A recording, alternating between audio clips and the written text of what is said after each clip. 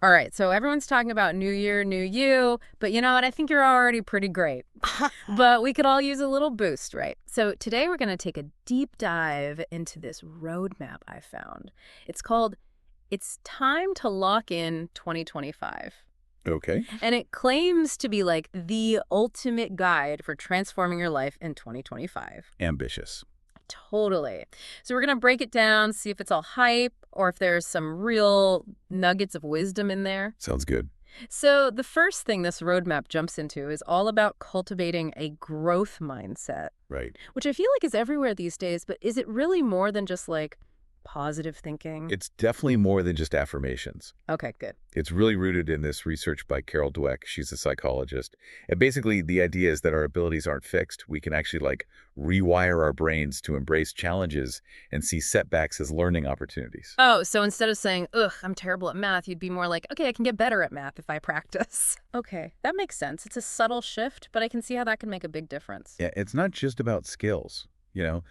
This growth mindset can impact how you approach relationships, creativity, everything really. And this roadmap even connects it to tackling excuses. Oh, interesting. Yeah, it's about taking ownership, even when things don't go as planned. So no more blame game, just learning from those oops moments. Yeah, I exactly. agree with that. And then they bring in this idea of gratitude, which seems kind of random at first. Okay. But they suggest just taking a few minutes each day to write down things you're grateful for. Really? Just like making a list. Yeah. And it sounds simple, but there's actually a lot of research showing that this can really shift your perspective, like rewiring your brain for happiness. Wow. So just thinking about things you appreciate can actually make you happier. It can, yeah. It helps you focus on what you have instead of what you lack. I'm going to have to try that. Okay, so we've got our mindset in check. We're feeling grateful. What's next on this path to awesomeness? Well, the roadmap dives into goal setting, but it's not just the typical write down your goals stuff. Oh, okay. So what's different? They emphasize creating a super vivid vision, like really picturing where you want to be in a year. So not just, I want to be successful, but actually imagining what that success looks like, feels like. Exactly. They suggest writing it down, maybe making a vision board, even adding in sensory details, like what will you see, hear, and feel when you achieve that vision. Okay, that's way more exciting than just a vague goal on a sticky note. Right.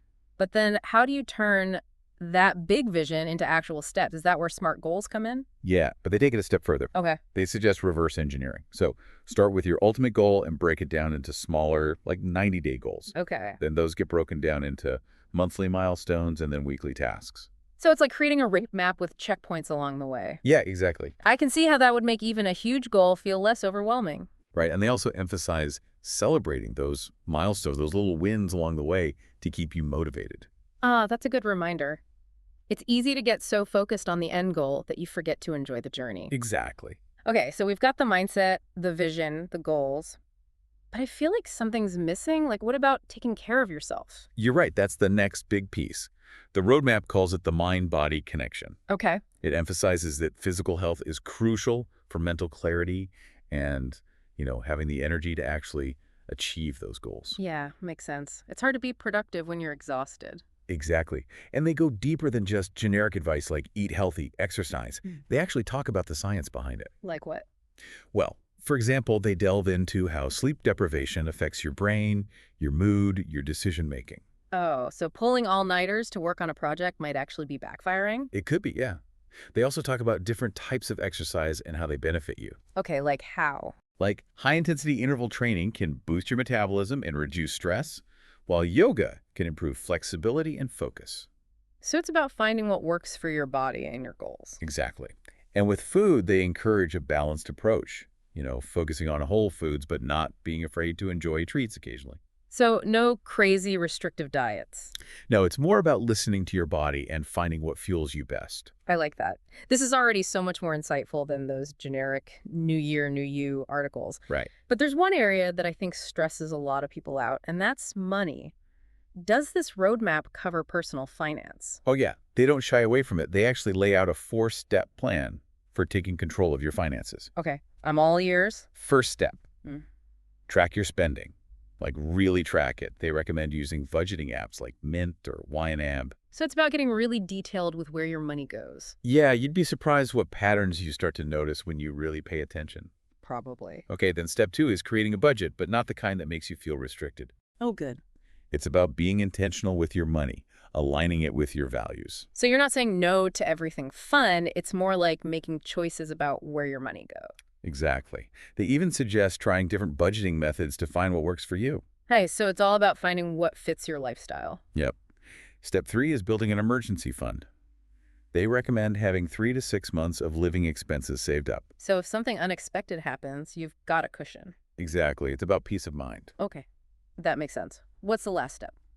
Investing, but Yeah. not in a get-rich-quick way. Oh, okay. They talk about building a diverse portfolio with stocks, bonds, maybe even real estate, but all tailored to your risk tolerance and long-term goals. That sounds a lot more sensible than some of the stuff you see online. It is. Wow, this financial advice is really comprehensive. But even with the best plans, sometimes it's hard to actually stick to them. What does the roadmap say about building discipline? That's where it gets really interesting. They delve into habit formation, talking about techniques like habit stacking and temptation bundling. Wait, habit stacking, what's that? It's basically linking a new habit to an existing one.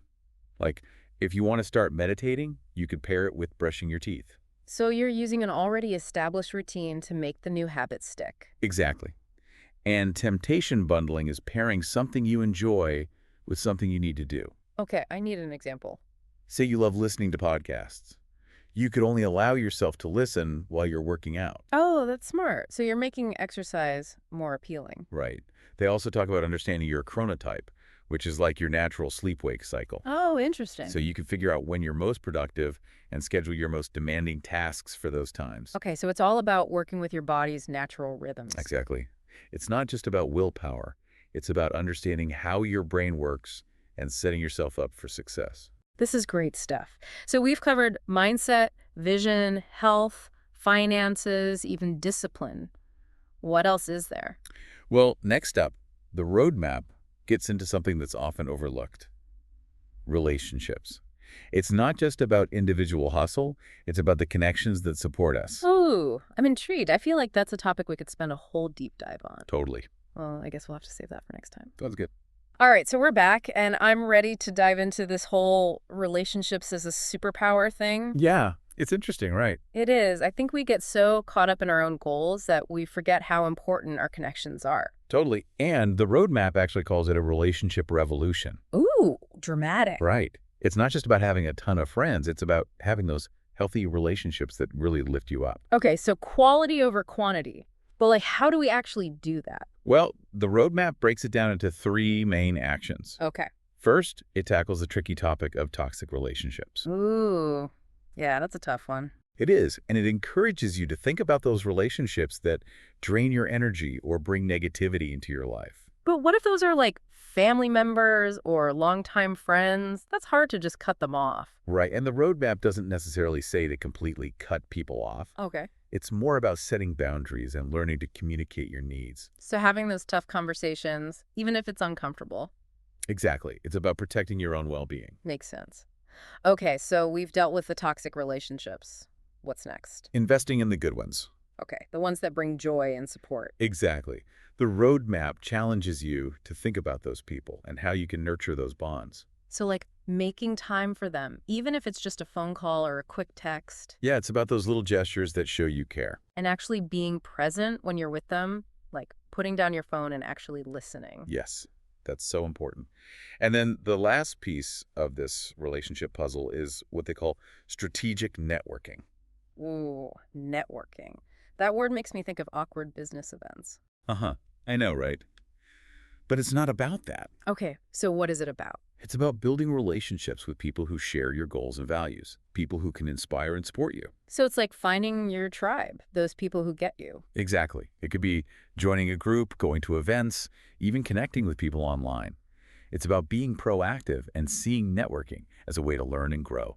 I like that. It takes the pressure off. Right. It's not just about collecting business cards. It's about building genuine connections. Okay, so we've covered mindset, vision, health, finances, discipline, and now relationships. Is there anything else on this roadmap? There's one more big piece: lifelong learning. Oh, I love that. But like, how do you even know where to start? There's so much information out there. I know, right? But the roadmap breaks it down into 3 areas: reading, online courses, and acquiring new skills. Okay, let's start with reading. What kind of books do they recommend? They encourage exploring different genres: fiction, nonfiction, biographies, anything that sparks your curiosity. So it's not about sticking to what you already know, it's about expanding your horizons. Exactly. They suggest aiming for at least one book a month, and they even give tips on how to make time for reading. Like listening to audiobooks while you commute or something. Exactly. Yeah. And then there are online courses, which are amazing. There are platforms like Coursera, Udemy, Skillshare. You can learn pretty much anything. I know, it's crazy. I've been wanting to try a coding course. There you go. Think about the skills you want to develop, whether it's for work, personal growth, or just for fun. It's so cool that learning can be fun, It doesn't have to be all serious. Totally. And then the last piece of lifelong learning is what they call skill stacking. Skill stacking, what's that? It's about combining different skills to create a unique skill set that makes you stand out. So not just being good at one thing, but having a bunch of skills that work together. Exactly. Like if you're a writer, maybe you learn some graphic design or marketing skills to help promote your work. That's so smart. It's about being versatile and adaptable. Right. Which is important in today's world. Okay, so we've covered a lot. Mindset, vision, health, money, discipline, relationships, and lifelong learning. Is there anything else in this roadmap?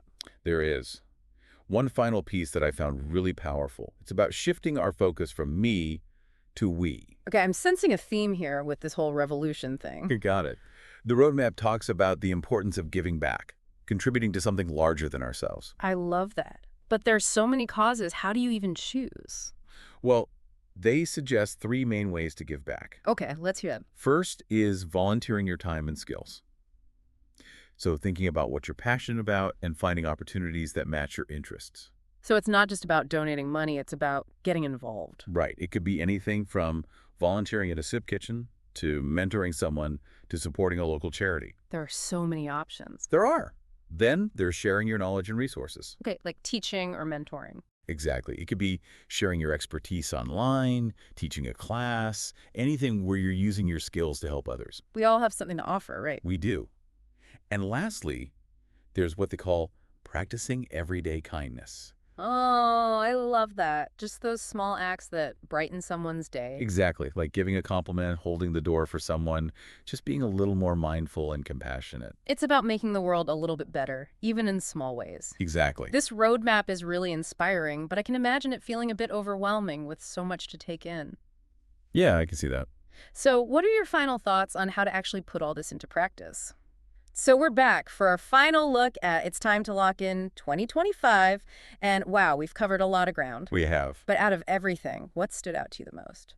Honestly, just how comprehensive it is. Yeah. It doesn't just focus on one thing. It's like it gets that our lives are made up of all these different pieces. Like a big puzzle. Yeah, exactly. Mindset, health, money, relationships, they all matter.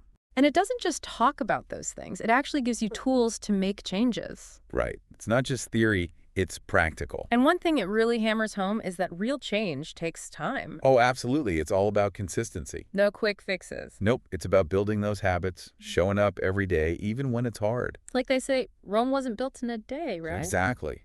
Small steps over time lead to big results. And I love all those little tricks they give you for making those habits stick. Oh, yeah. Habit stacking, temptation bundling, those are good ones. But even with the best plans, we're going to mess up sometimes, right? Of course, nobody's perfect.